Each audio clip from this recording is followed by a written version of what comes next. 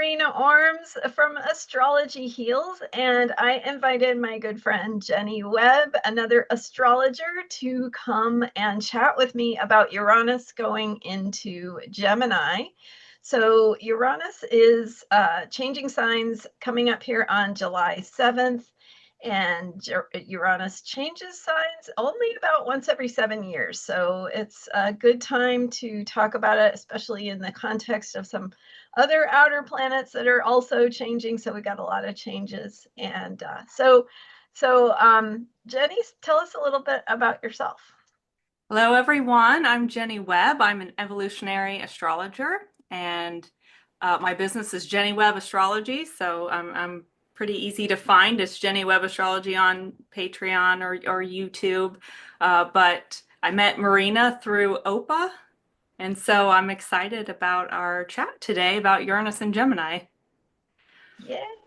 Yeah, so I know that I talk to folks on my channel a lot of times about self-care and how to work with these energies, but I know that you and I have both looked at kind of the history of what Uranus and Gemini, what kind of things were going on. I'm not a historian, disclaimer, but but kind of interesting just to think about it because Uranus is that energy of disruption, and Gemini brings in themes of communications and technology and how we communicate with one another. So yeah, yeah, tell me like your thoughts on how you approach Uranus in Gemini.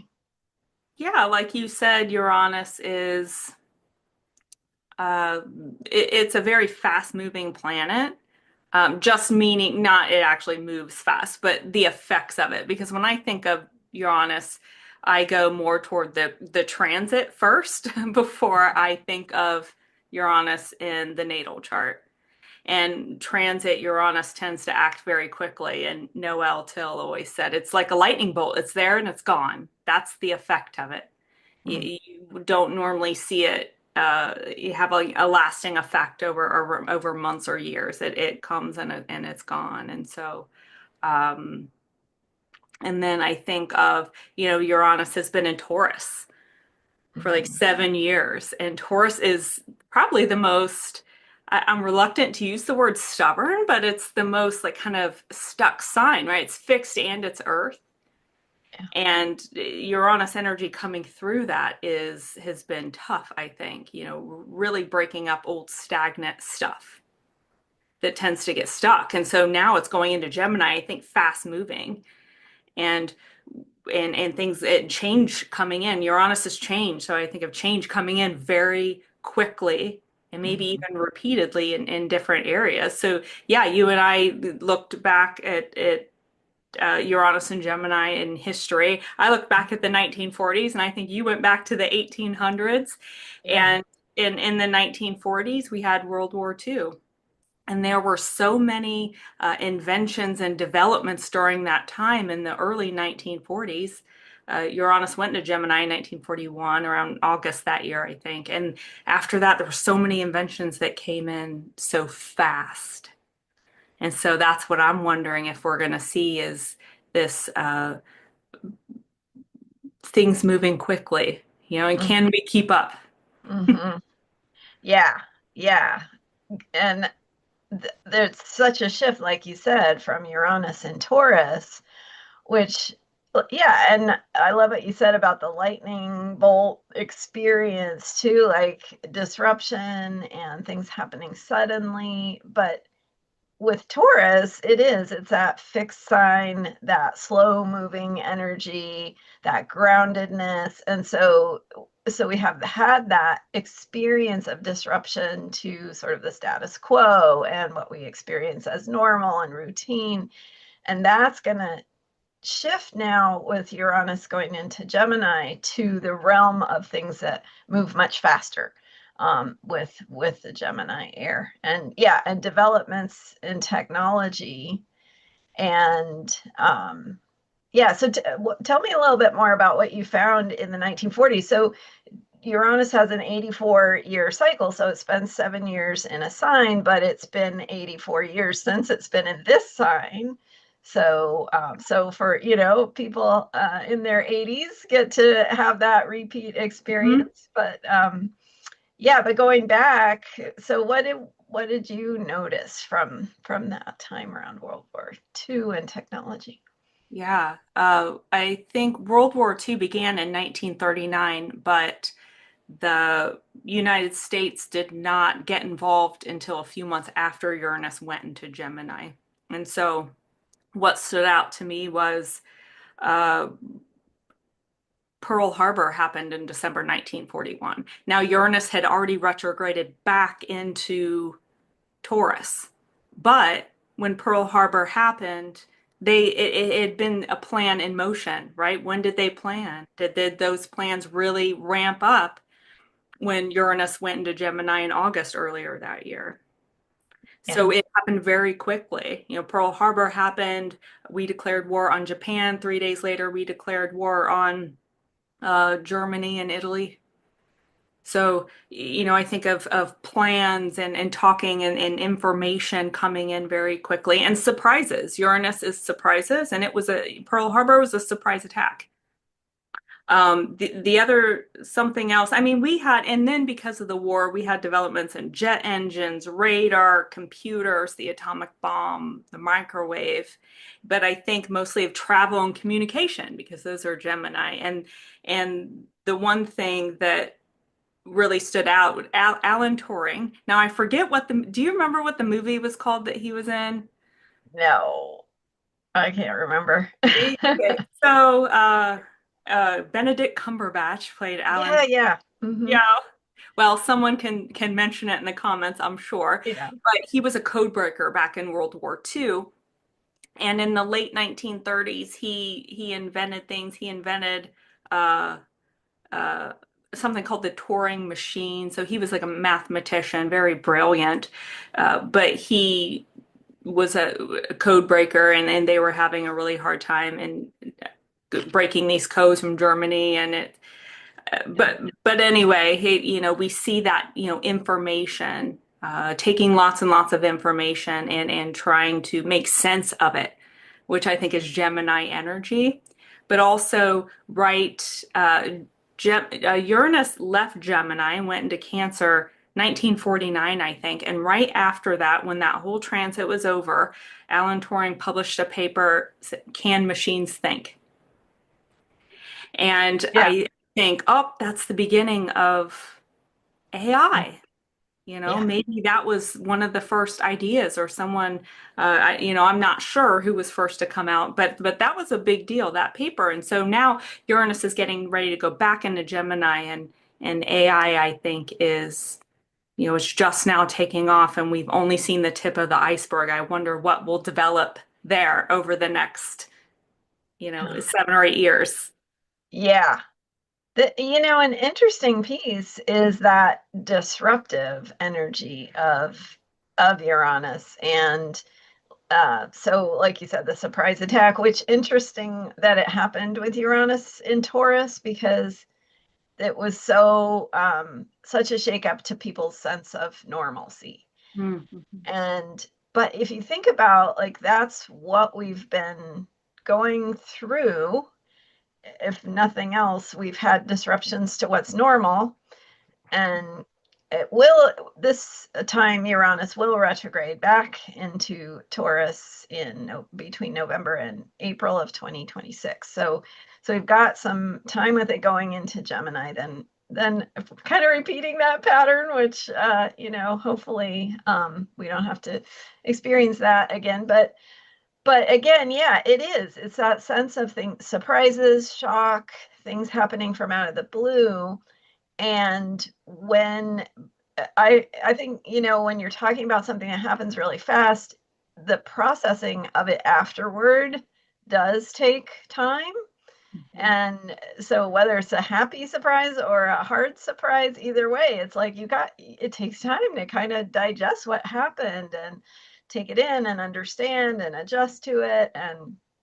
So I think, our nervous systems, we need to kind of attend to our nervous systems and our mental health, and just taking care of ourselves so that we can stay grounded, and, you know, surprising things happen. We're able to absorb that and process it, and take care of ourselves through that. So, Yeah, I like how you worded that, the disruption of normalcy, the mhm. disruption of the status quo and anything that's on autopilot. Yeah, I liked Yeah. how you worded and that's what it feels like, and that causes stress in our Mhm. lives when we have that kind of disruption because we can't rely on our moon sign to be on autopilot so much. We have to go to our sun sign and process a new experience. And I know that's uh, your area of focus is Mm. healing. And so what kind of recommendations do you have for, people who are maybe like the fixed signs, which are Taurus, Leo, Scorpio, and Aquarius? I have a fixed sign T square, or people who have earth signs in their chart who really do rely on, my moon's in Taurus. I really rely on those habits. So what, for someone like me who's really feels those shakeups and really feels, disrupted or feels the stress of this fast moving energy. What kind of recommendations do you have for people? Yeah, I mean, that's a great question. I think in general, we the more we can support our foundations, and that's what resilience is, right? It's the ability to know who we are, to remember where we belong, like what's important to us. And I talk about that a lot on my YouTube channel. But yeah, so that we can come back to that place of center when things get shaken up, because you may not, like, your house burns down, you can't go to your house, right? So what do you do? Where do you go for comfort? And, knock on wood, I don't wish that for anybody, but it's that idea of, like, you don't have your normal place of retreat, of recouping, of, so what does that look like, and how do you do that? You have to cultivate that inside of yourself, and we can do that with our breath, and I don't know about fixed versus mutable, but definitely people with air signs, especially, like, working with your breath, um, and then earth signs, it's going to be taking care of your body, and how are you going to get your body's needs met when even if you don't have your normal things that are comforting to you. So it's like building practices for yourself that you can go to feel safe, to feel okay when you don't have something that's part of your routine. So it could be, and for water signs, it could be your emotional self-care. Maybe I just need to recognize that when I feel upset, I need that moment to go express my anger or cry or something that I need to do that helps me come back to center. And so knowing what that is for yourself is where to start, right? And we're also, I and this isn't specific to Uranus in Gemini, but Uranus in general, when it transits your chart or brings its energies forward, that it can be shocking and disruptive. So how do we cultivate our sense of self, our sense of center, and how we're going to restore feeling okay when things are disrupted? Yeah. I like how you broke that up by the different elements, the Yeah. zodiac signs, like air signs and breath work, or maybe earth signs and doing yoga, work Mhm. with connecting mind body. And it sounds like having different kinds of safe places for us. Yeah. Safe, that could be, I like going to the park. I like being in nature. For me, Yeah. that's kind of a safe place where I can recharge my batteries, or having sense of community feels so important these days. Having people that are like you, or people that can understand, that you can reach out to, that you feel safe talking to. I think community is so important, and I think that's one of the reasons why we connected. I think you and I were, it's the community is of astrologers. I Right. think it's important as well. Yes.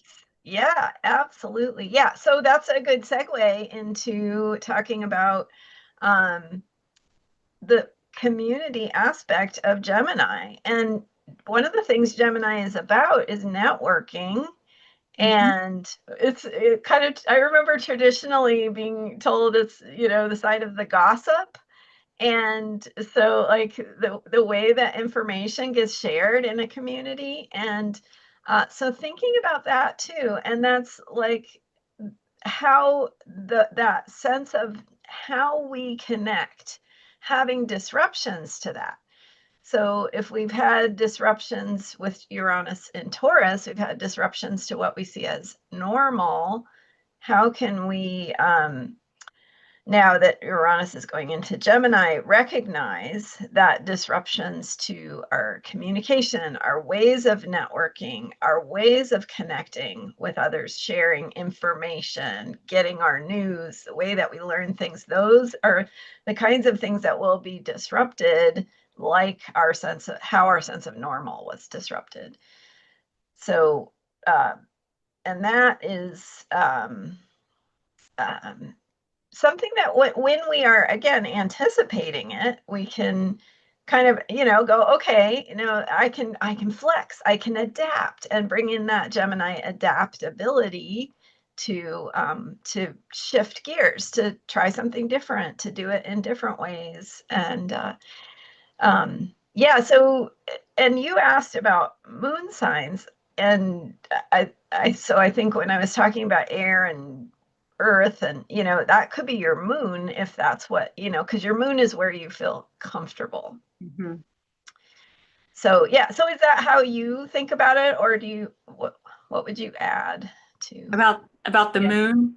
Yeah, the moon, or just the communication Oh, aspect of it. Yeah. yeah. The moon is comfort, and the moon is how we uh process, or the moon is how we handle experiences we've already had before. So Mm, the moon is our habits, the things we do without thinking. And so when we have a new experience, we use our sun sign to mm, process those new experiences. But you brought up, I mean, that's pretty interesting. You brought up, disruptions to those Gemini things and how mm, we communicate, and you were talking about community, and I do think Gemini is connected to community, and it rules over those people we talk to on a regular basis. It rules over neighbors. I think of it connected to the third house. But I also think, now that you brought it up, I also think Uranus can rule over community and friendships. It's connection to the 11th house. So they both do, yeah. right? Yeah. Yeah. Good point. Yeah. So, Right. so maybe, we'll see how communities are more and more important. I was thinking back to some discussions that were going on at the Jupiter Saturn conjunction in December of 2020. They were conjunct at 0 degrees of Aquarius. Yeah.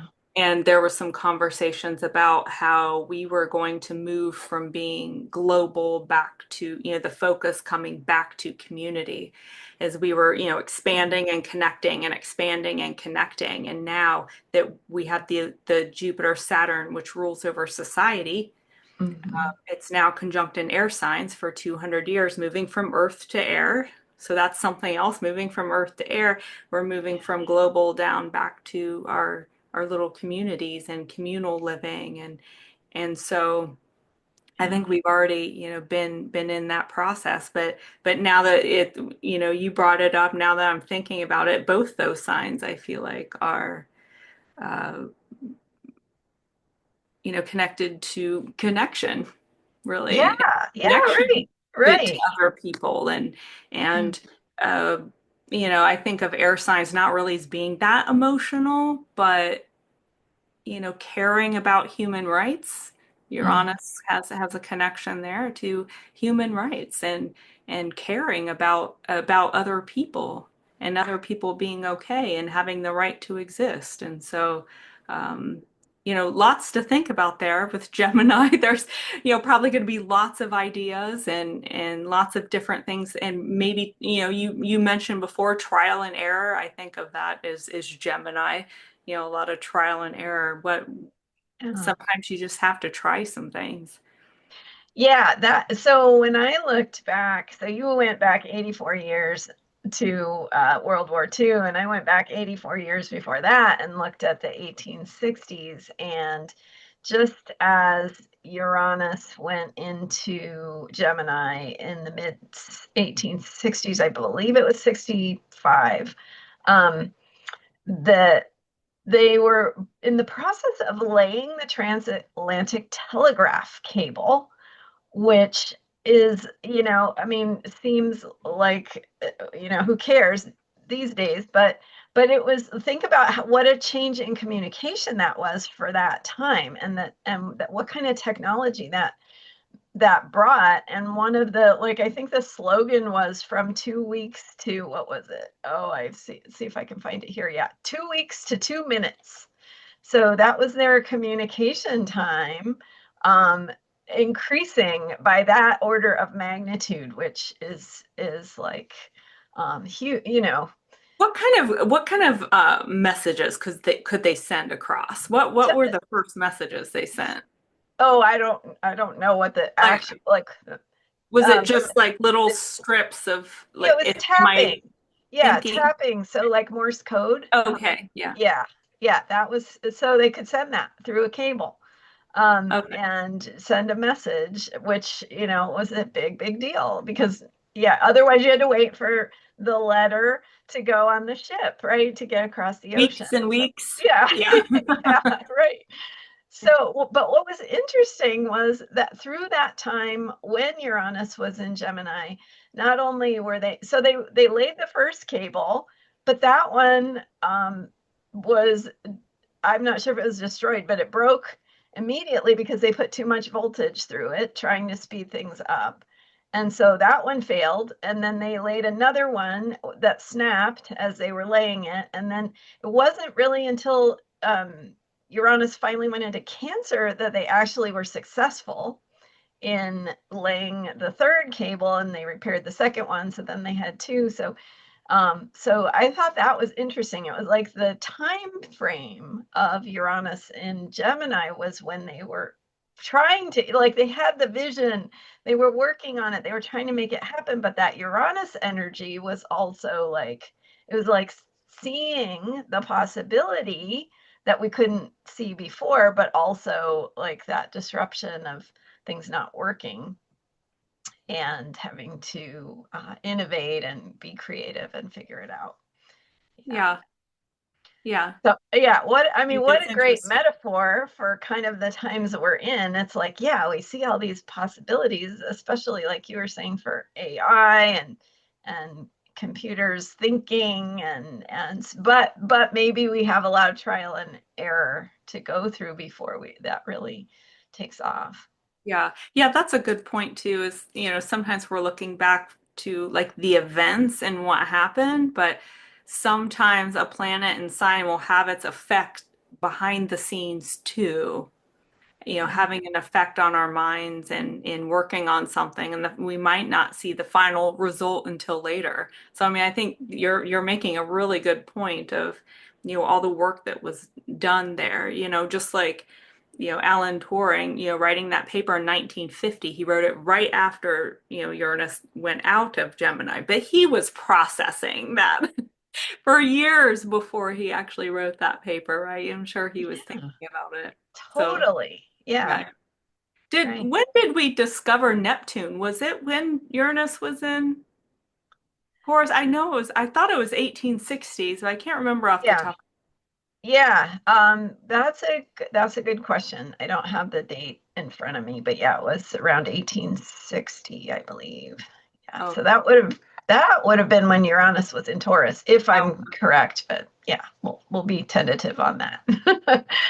Yeah, and interesting. we discovered Uranus in 17, it was around 1776, wasn't it? 1780, I believe, French Revolution. Yeah, yeah, yeah. It's that. I mean, that's a whole nother thing, right? With the discovery of planets and bringing their energies in.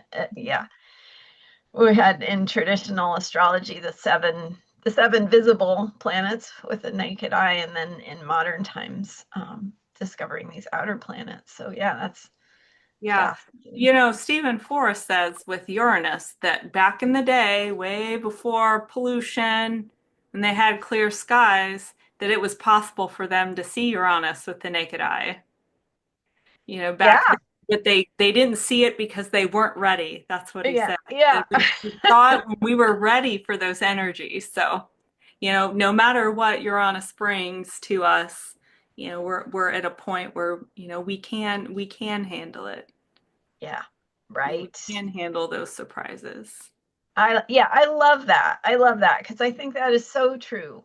And I think that is a message here too, is that we can handle what is coming. It might feel different. We might not have our old habits and patterns working for us anymore, or our what we consider normal may not work anymore, but we can do this. Yeah. And those revolutionary energies can awaken something in us. Hmm. Yeah, definitely. And you know, I've been thinking a lot about the outer planets lining up in the Yeah, early degrees of those signs, and we have Pluto already went into the air sign of Aquarius and is hanging out around 1, 2, 3 degrees of Aquarius right now. And Uranus will be going the air sign of Gemini, so they'll be making that 120-degree trine for the next uh, for the rest of the 2020s. They'll be making that trine there. So exciting time for air sign people, Gemini, Libra, and Aquarius. But then we've already been dealing with the Saturn Neptune conjunction and the early degrees of Aries, fire signs. So we have these, you know, this 60-degree sextile that Neptune Saturn's at the halfway point between those planets. yeah, that alignment is fascinating, and yeah, I have a blog post about the planetary alignments that goes in depth on that. It's yeah, that. Yeah, so tell me a little more. What do you make of that? Because I know I've shared on here about it, but I'm Yeah, curious your thoughts. I'm waiting for Uranus to get into Gemini so I can see a little more how this is going to play out because I feel like it's a couple different, you know, there's the air sign dynamic of Pluto and Uranus, but then there's the Saturn and Neptune, which will both be direct through July 14th-ish, I think. Yeah, And, you know, that's a lot of, you know, they both changed sign. I think March, April, May, they were moving into Aries. And, you know, Neptune is that melting down of the old structure, you know, the old structure going away and the confusion. And that's what I felt coming in on a societal level, you know, and on a personal level. You know, there was some confusion, and there were things in my personal life I didn't even know I was confused about until Saturn went into Aries, and I could see because Saturn is seeing truth. Saturn is reality. Saturn is seeing what needs to be fixed. And I didn't know what was going, the issues I was having until Saturn came in. But I think it'll take a while to have that clarity because Neptune is that spiritual experience. We're confused because we're supposed to be. You get answers when it's time, but Saturn's coming in. Saturn tends to bring answers.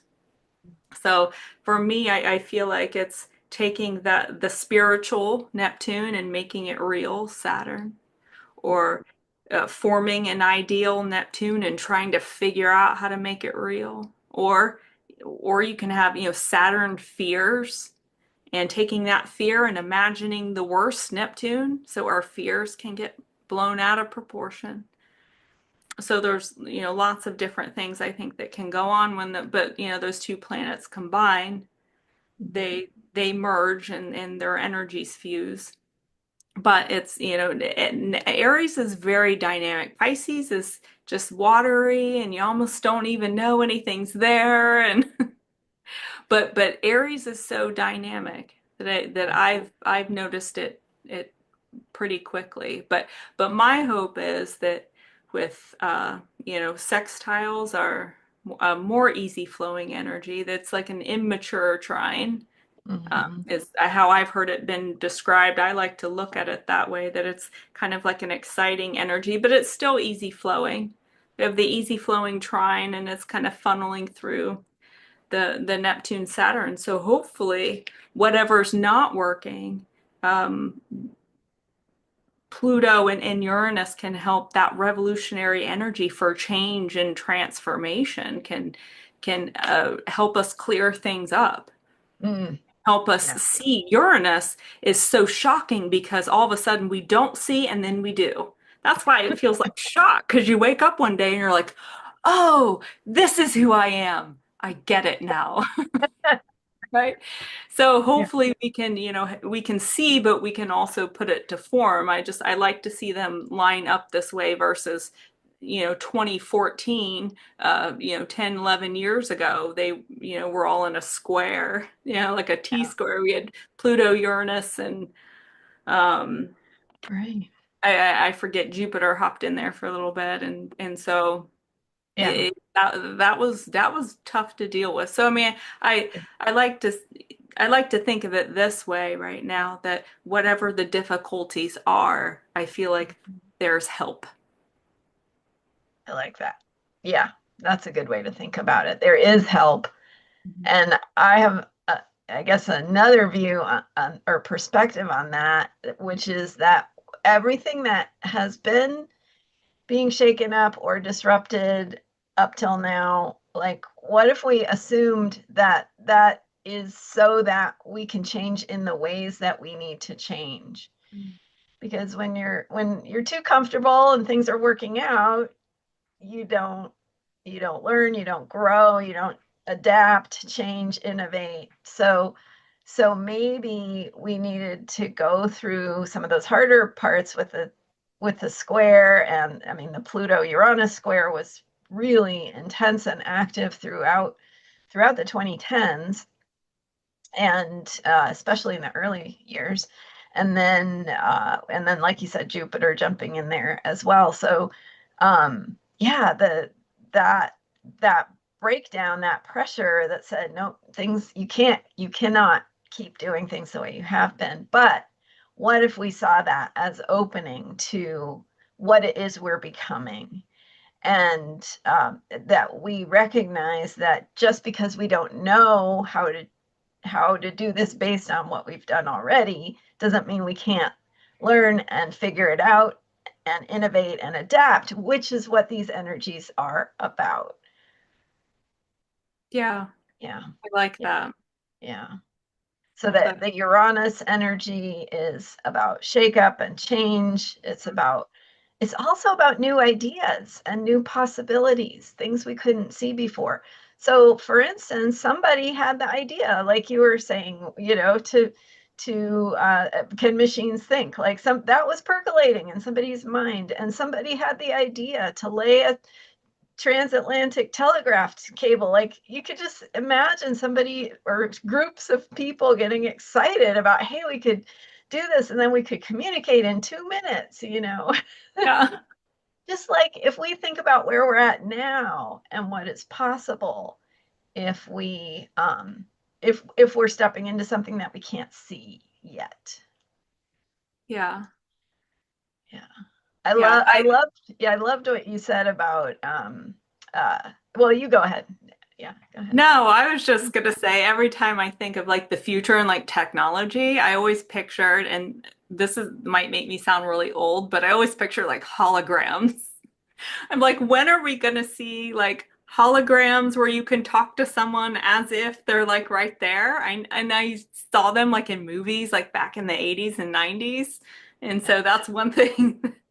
It's kind of silly, but like, I mean, we Right. talk through Zoom and we can, discuss and look at someone when they're talking. And that, I mean, that's fairly new within the past 10 years that we would do this on like a regular basis. But I'm looking forward to all those really cool inventions to come that, maybe we won't see them over the next 7 or 8 years, but like we talked about earlier, that they may be developing very Hmm. quickly. And Hmm. maybe we will have those holograms where we can talk to someone and it looks like they're sitting there with you in the meeting. Yeah. Yeah. Yeah, I know. So crazy. So crazy.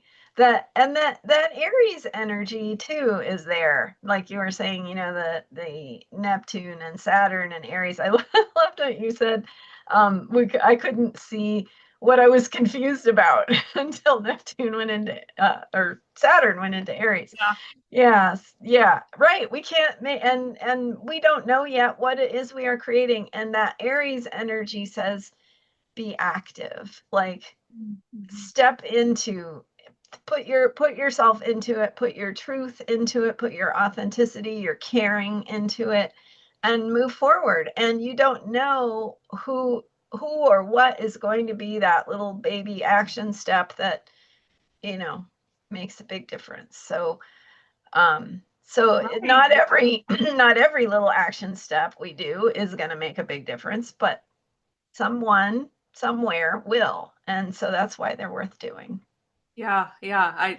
I like that you've said that, about Aries, and it's about taking action, but not necessarily planning. It's about trying stuff, getting back to that trial and error, because Aries and Gemini are both early signs, right? Like Aries is the beginning, it's spring. These aren't signs where we, make elaborate plans and we have elaborate organization or dig deep into the unconscious. Like these are very early, like try this. Does it work? Nope, try something else. What do you feel like trying? What impulse is coming up within you? Totally. Right. Yeah. And I Yeah. hadn't thought about that much Mm, until this point, and we were chatting about it.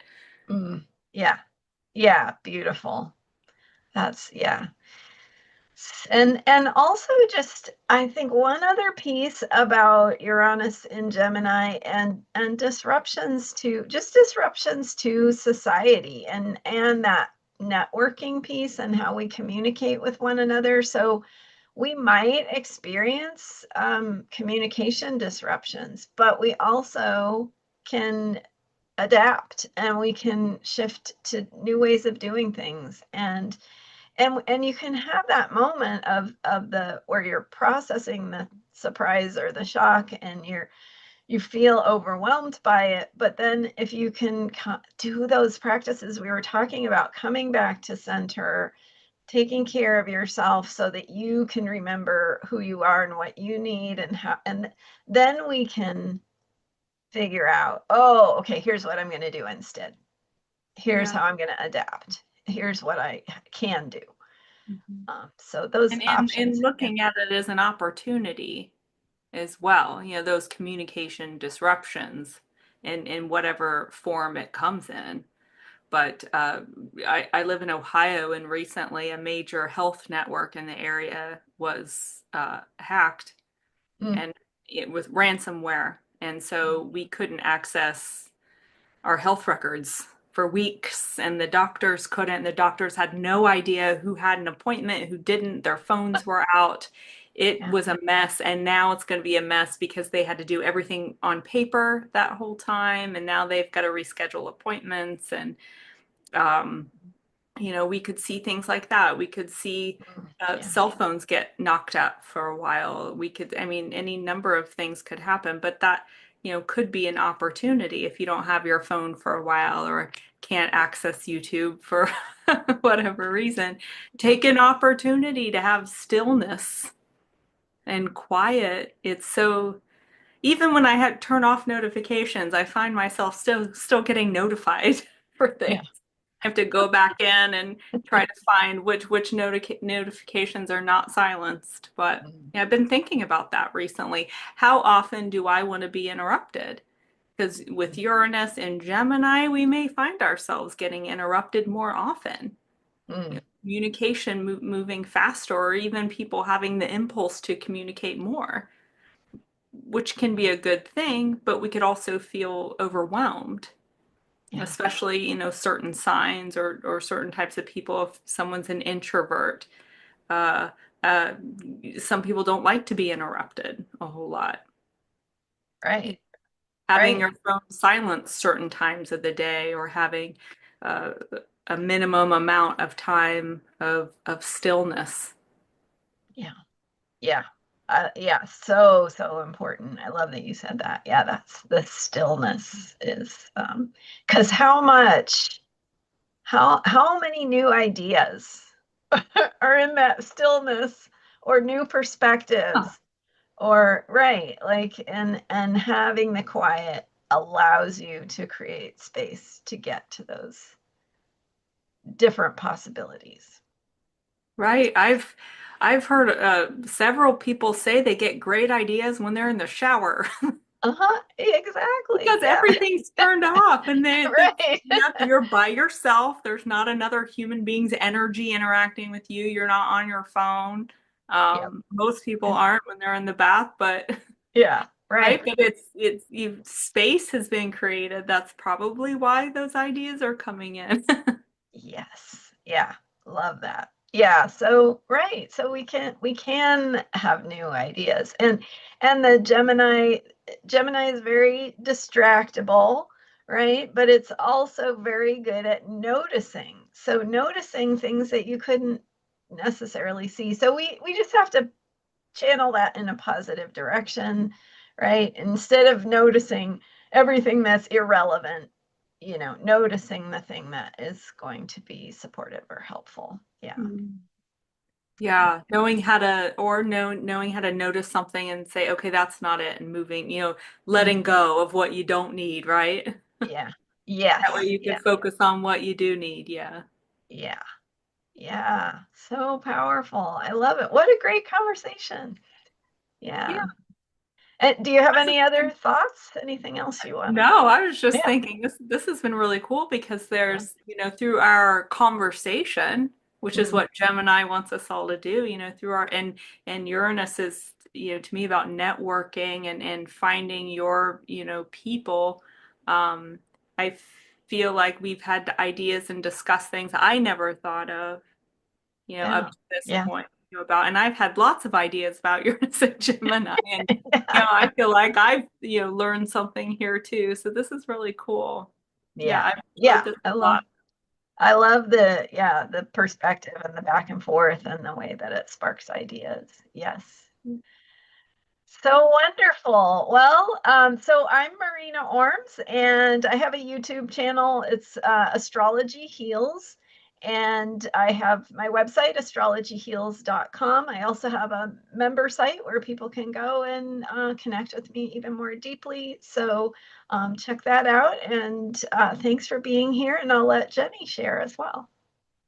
Yeah, my website's jenniwebbastrology.com, and I do a little bit of teaching on Patreon. You can also find daily astrology updates for all the zodiac signs on Facebook and Instagram. Awesome. Awesome. Well, thanks for being here, Jenni, and thanks for joining us, Thank everyone. you. Yeah. Bye.